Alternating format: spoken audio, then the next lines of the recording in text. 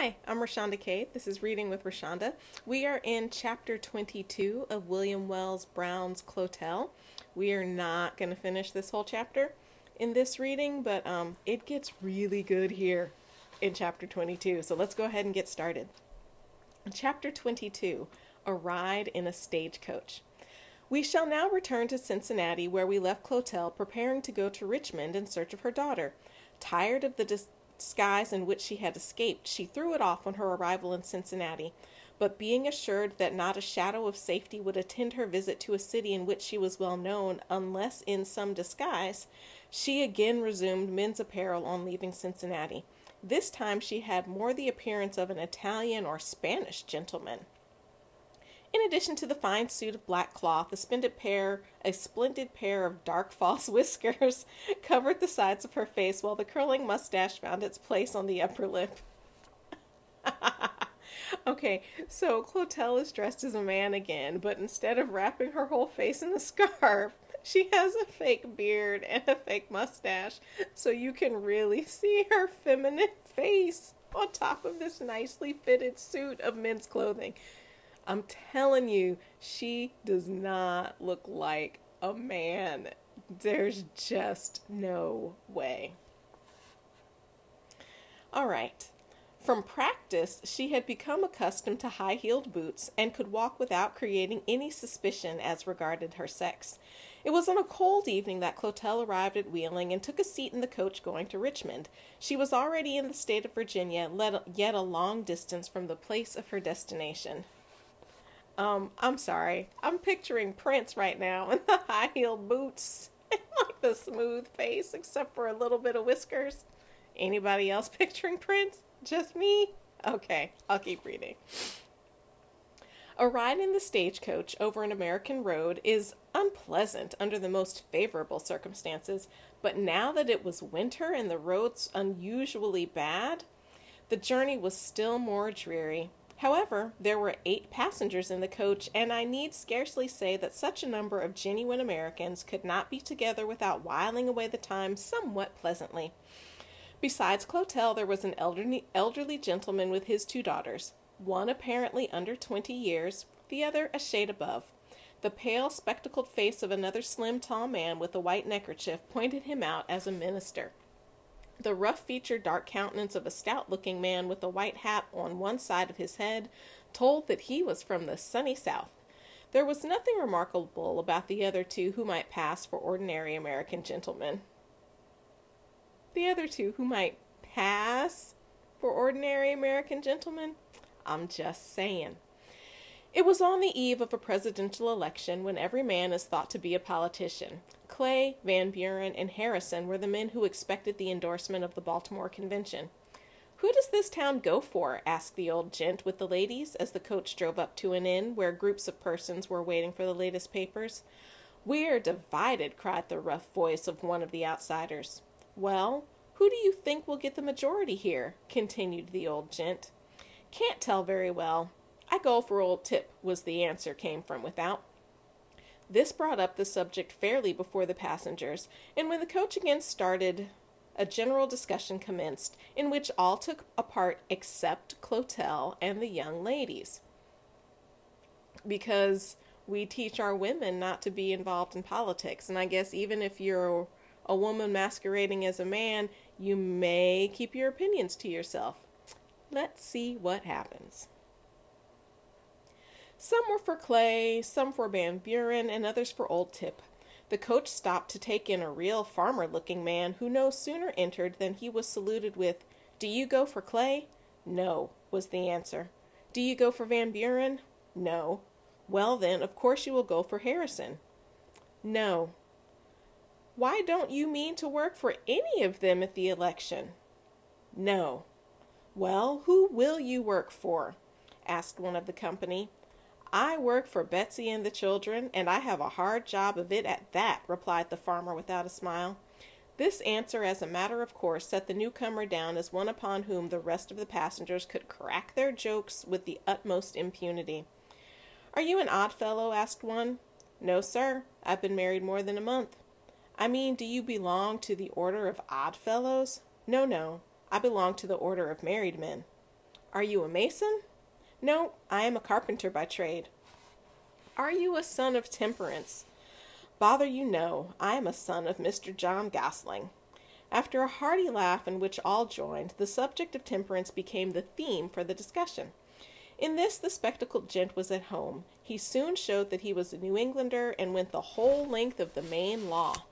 The minister was about having it all his own way when the Southerner in the white hat took the opposite side of the question. I don't bet a red cent on these teetotalers, said he, and at the same time looking round to see if he had the approbation of the rest of the company. Why? Asked the minister. Because they are a set who are afraid to spend a cent. They are a bad lot, the whole on 'em. It was evident that the white hat gent was an uneducated man. The minister commenced in full earnest and gave an interesting account of the progress of temperance in Connecticut, the state from which he came, proving that a great portion of the prosperity of the state was attributable to the disuse of intoxicating drinks. Everyone thought the white hat had got the worst of the argument, and that he was settled for the remainder of the night. But not he. He took fresh courage and began anew. Now, he said, I have just been on a visit to my uncles in Vermont, and I guess I knows a little more about these here teetotalers. You see, I went up there to make a little stay of a fortnight. I got there at night, and they seemed glad to see me, but they didn't give me a bit of anything to drink. Well, thinks I to myself, the jig's up. I shan't get any more liquor till I get out of the state. We all sat up till 12 o'clock that night, and I heard nothing but talk about the Juvenile Temperance Army, the Band of Hope, the Rising Generation, the Female Dorcas Temperance Society, the Nonsuch, and I don't know how many other names they didn't have. As I had taken several pretty large cocktails before I entered the state, I thought about the whole that I would not spile for the want of liquor. The next morning, I commenced writing back to my friends and telling them what's what. Aunt Polly said, Well, Johnny, I suppose you were giving 'em a pretty account of us all here. Yes, said I am telling 'em if they want anything to drink when they come up here, they had better bring it with 'em. Oh, said Auntie, they would search their boxes. Can't bring any spirits in the state. Well, as I was saying, just as I got my letters finished and was going to the post office, for Uncle's house was 2 miles from the town, Auntie says, Johnny, I suppose you'll try to get a little something to drink in town, won't you? Says I suppose it's no use. No, said she, you can't. It ain't to be had nohow, for love nor money. So just as I was putting on my hat, Johnny, cries out Auntie. What, says I? Now I'll tell you. I don't want you to say nothing about it, but I keeps a little rum to rub my head with, for I am troubled with the headache. Now I don't want you to mention it for the world, but I'll give you a little taste. The old man is such a teetotaler that I should never hear the last of it, and I would not like for the boys to know it. They are members of the Cold Water Army. Auntie now brought out a black bottle and gave me a cup and told me to help myself, which I assure you I did. I now felt ready to face the cold.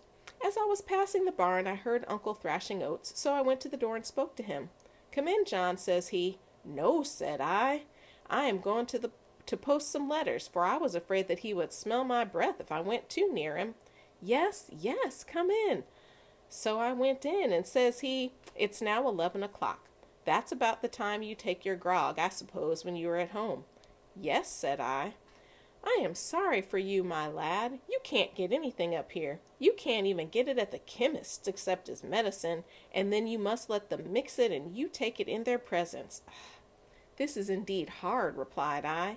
Well, it can't be helped, continued he, and it ought not to be if it could. It's best for society. People's better off without drink. I recollect when your father and I, 30 years ago, used to go out on a spree and spend more than $50 in a night. Then here's the rising generation. There's nothing like setting a good example. Look how healthy your cousins are. There's Benjamin. He never tasted spirits in his life. Oh, John, I would you were a teetotaler. I suppose, said I, I'll have to be one till I leave the state. Now, said he, John, I don't want you to mention it, for your aunt would go into hysterics if she thought there was a drop of intoxicating liquor about the place, and I would not have the boys to know it for anything. but I keep a little brandy to rub my joints for the rheumatics, and being it's you, I'll give you a little dust." So the old man went to one corner of the barn, took out a brown jug, and handed it to me, and I must say I was a little the best cognac cognac, I've never seen it spelled like that, and I must say it was a little the best cognac that I had tasted for many a day. Says I, "Uncle, you are a good judge of brandy." "Yes," said he, "I learned when I was young." So off I started for the post office. In returning, I thought I'd just go through the woods where the boys were chopping wood and wait to go to the house with them when they went to dinner. I found them hard at work, but merry as crickets. "Well, Cousin John, are you done writing?" "Yes," answered I. "Have you posted them?" "Yes." "Hope knowed it was no good to do that. Hope you didn't go to any place inquiring for grog." "No. I knowed it didn't do good. I knowed it was no good to do that." "I suppose a cocktail would taste good now." "Well, I guess it would," says I. The three boys then joined in a hearty laugh. "I suppose you have told 'em that we are a dry set up here." "Well, I ain't told 'em anything else." "Now, Cousin John," said Edward, if you won't say anything, we will give you a small taste. For mercy's sake, don't let father or mother know it. They are such rabid teetotalers that they would not sleep a wink tonight if they thought there was any spirits about the place." "I am mum," says I, and the boys took out a jug of a hollow stump and gave me some first-rate peach brandy. And during the fortnight that I was in Vermont with my teetotal relations, I was kept about as well corned as if I had been among my hot water friends in Tennessee. This narrative given by the white hat man was received with unbounded applause by all except the pale gent in spectacles, who showed by the way in which he was running his fingers between his cravat and throat that he did not intend to give it up so. The white hat gent was now the lion of the company. "Oh, you did not get hold of the right kind of teetotaler," said the minister. "I can give you a tale worth a dozen of yours," continued he. "Look at society in the states where temperance views prevail, and you will there see real happiness. The people are taxed less, the poorhouses are shut up for want of occupants, and extreme destitution is unknown." Really? I find that hard to believe. "Everyone who drinks at all is liable to become an habitual drunkard. Yes, I say boldly that no man living who uses intoxicating drinks is free from the danger of at least occasional, and if of occasional, ultimately of habitual excess. There seems to be no character, position, or circumstances that free men from the danger. I have known many young men of the finest promise led by the drinking habit into vice, ruin, and early death. I have known many tradesmen whom it has made bankrupt. I have known Sunday scholars whom it has led to prison, teachers and even superintendents whom it has dragged down to profligacy. I have known ministers of high academic honors, of splendid eloquence, nay, of vast usefulness, whom it has fascinated and hurried over the precipice of public infamy with their eyes open and gazing with horror on their fate.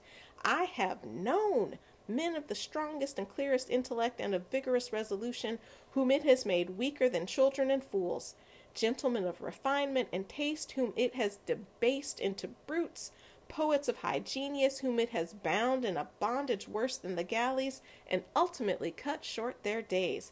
I have known statesmen, lawyers, and judges whom it has killed, kind husbands and fathers whom it has turned into monsters. I have known honest men whom it has made villains, elegant and Christian ladies whom it has converted into bloated sots.